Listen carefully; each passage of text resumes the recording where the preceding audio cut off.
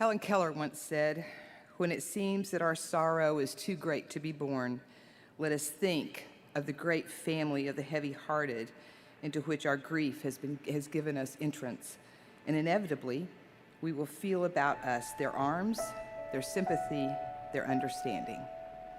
Gathering. What a powerful word. One that has been imbued with so much more meaning in the last 18 months. To be in the presence of, to share a meal, a conversation, a moment, to engage with others and walk away strengthened by the power of togetherness. We did not know how much we needed the very thing we took so for granted until it was gone, when distance meant safety, when isolation represented care, when connection required electronic support, when we just wanted to gather and knew that it was impossible. The families that we serve have felt this void, this gap in healing, surrounded by the understanding arms and compassionate hearts of others. To be included in the great family of the heavy-hearted, we have done our best to allow their grief to be acknowledged and given the significance needed. Sometimes it was enough. Often it felt lacking. And now, once again, under the cloud of the unknown, when hope shines for a moment and then is altered by new circumstances, we gather with care, with caution, but always with reverence. For it is in these moments that we carve out sacred space for honoring our own, to give credence to the grief of our friends and colleagues, to say that it is our responsibility and our honor to remember those we have lost from the family. Welcome, my name is Glenda Stansberry, and on behalf of the Cremation Association of North America, it is my privilege to serve as your celebrant for the annual service of remembrance. CANA takes this time very seriously to intentionally create a gathering of hearts and spirits. Those of us who design and deliver lasting memories for others must also embrace how important it is to stop and speak the names of our own. Today, we will honor those who left us this year, shining examples of funeral professionals or family members who are such an integral part of our lives. To remember each life in the very best way possible, we're going to represent them by the pouring of sand. Sand can represent wonderful times spent on a beach with sand between your toes. It can remind us that nothing is permanent and everything can be swept away in the wind. Sand can show the footprints that have been left on your heart. Today, our sand will represent all of those we remember, the layers of life that they brought into this world and the beautiful rainbow of memories that they leave. Representatives from CANA will honor these lives as they place their sand in the vase. Someone once said, "Success isn't just about what you accomplish in your life, it's about what you inspire others to do." Funeral service is a life like no other. Every decision, every schedule, every calendar is created with the understanding that all can be changed with a phone call. Those of us who live the life of a funeral practitioner serving families accept and embrace the life to which they are called and the demands that are expected, whether in a firm or on the road providing merchandise, or those patient family members who accept the life of being interrupted, all know that when a death occurs, everything falls away to another day. Roger Grizzell. Roger Grizzell was born August 13, 1948, and considered himself a funeral man for 50 years after attending the Kentucky School of Mortuary Science. Moving from director to vendor was a natural for Roger when he joined the Matthews Aurora Casket Company. At the age of 72, he had just celebrated his 30th year as a trusted guide and advisor to his funeral colleagues in providing the resources and materials they needed for their families. Roger died on September 11, 2020, less than a month before he could celebrate his 50th wedding anniversary with his wife, Barbara. He left behind 2 daughters and 2 grandsons who were his pride and joy. Roger served his country proudly in the United States Army during the Vietnam War and was given military honors at his funeral by the Bristol VFW Honor Guard. The legacy that he left was one of service to others, service to country, service to those in need, asking for memorial contributions to the County Animal Shelter or St. Jude's Hospital. We honor Roger and the difference that he made in his world. Patty Roberts. You know you are in the funeral profession when your honeymoon is a trip to Dallas so your new husband can attend mortuary school. Patty met Kenny Roberts in high school, and they began a life of family and funeral service that lasted for 52 years in Ocala. Patty was that wonderful combination of profession and home. She was a wonderful cook and could often be found sitting by the river with a cookbook in her hand. Patty's family, one son, one daughter, a brother, sister, and 5 grandchildren, celebrate her generous spirit and her loving heart. Her favorite charity was Michelle O'Graham, a local organization set up in loving memory of Michelle Standridge to assist women who cannot afford mammograms. Her special life of 75 years was cut short after a long battle with COVID in December, during that darkest of times when the pandemic, when so many lives were lost. We pour sand for Patty, for those who are missing her sweet smile, her heart on her sleeve, and all those wonderful meals.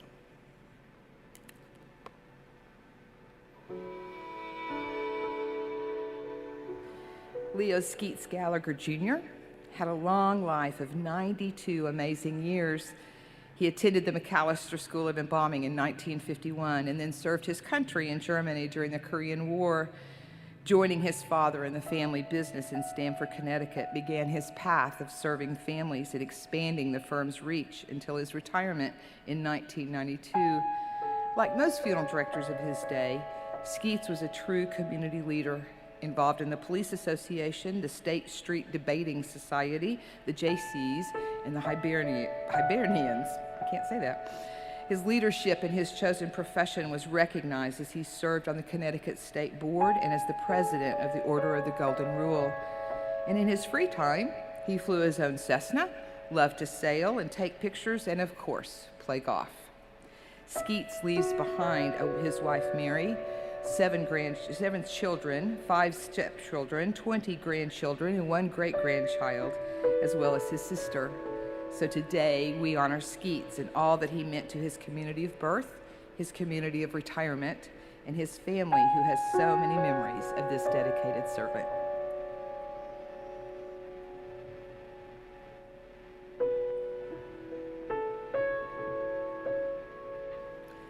Neil McKenzie. Neil was the 2nd generation of McKenzie Vaults, first joining his parents and then operating the business for 30 years. He proudly brought his son Scott into the family business and knew that he had left it in such good hands. His life of 73 years was spent creating beautiful pieces for memorialization and permanent placement. And when life afforded him time for himself, he could be found at the Valley Athletic Club in Springfield, Mass., playing tennis and racquetball. The family is blessed that Neil got to welcome Tim to the family and the special gift of his grandson, Max. 4 weeks after Neil left us, Grant entered the family as well. To honor the long road that Neil had to journey, donations were requested for the Alzheimer's Association, for all of the families across the world who received a McKenzie urn or vault, for the family of love that he created. We remember Neil.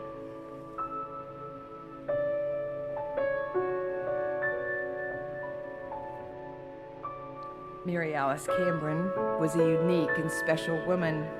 While supporting her husband Rick Baldwin in his profession as a funeral director, she carved her own path in education, teaching high school math and becoming an integral part of the PTA and volunteering at her children's schools.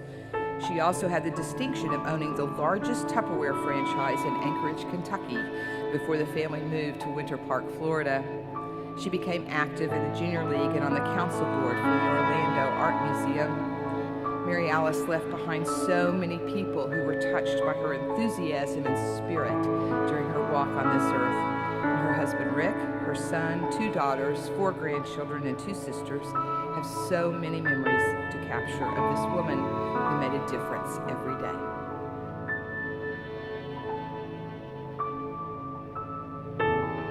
There are moments in life that just take your breath away.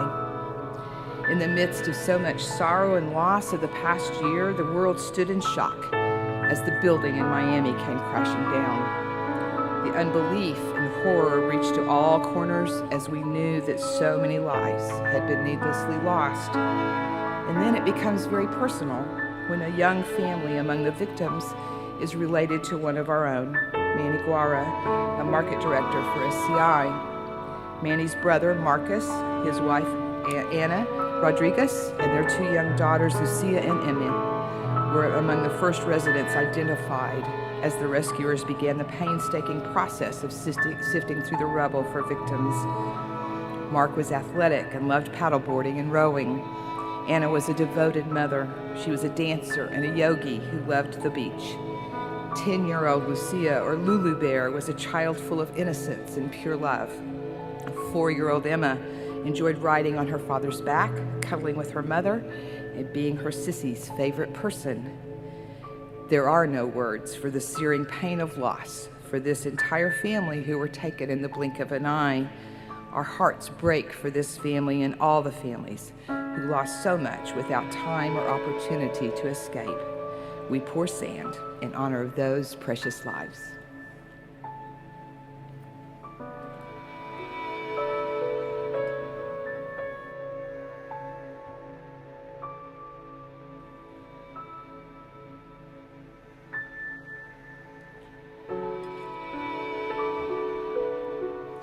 Author Nikki Banas once said, "If you carry one thing throughout your life, let it be hope.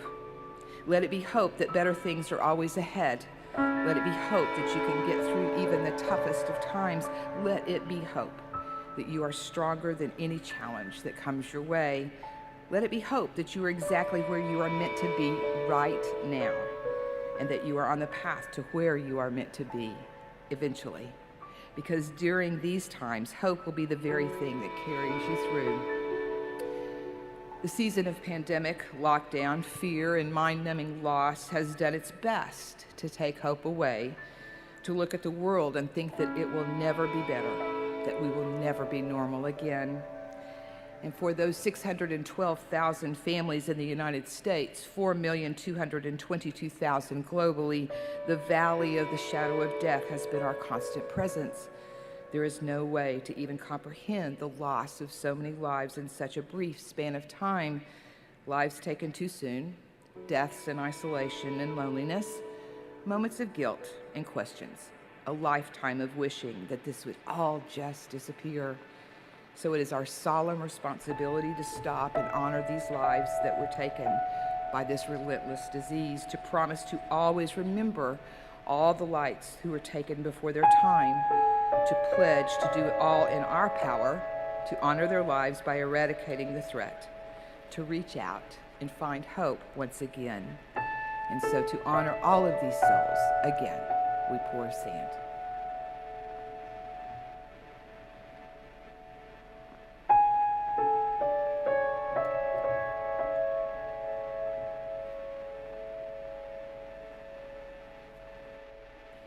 And so as we close these moments of remembrance, as we continue our day of learning and sharing and, yes, gathering, may the spirit of these we honored stay with you. May you feel a little stronger, a little braver, a little more inspired to do good in your corner of the world because you shared a part of their experience and their stories. May you never forget that you are part of a family that will embrace you when the road is too hard to walk alone. May you always know that this family of those who honor the dead will be by your side each step of the way. Let us close with a blessing. For the gathering of friends and colleagues, we are grateful.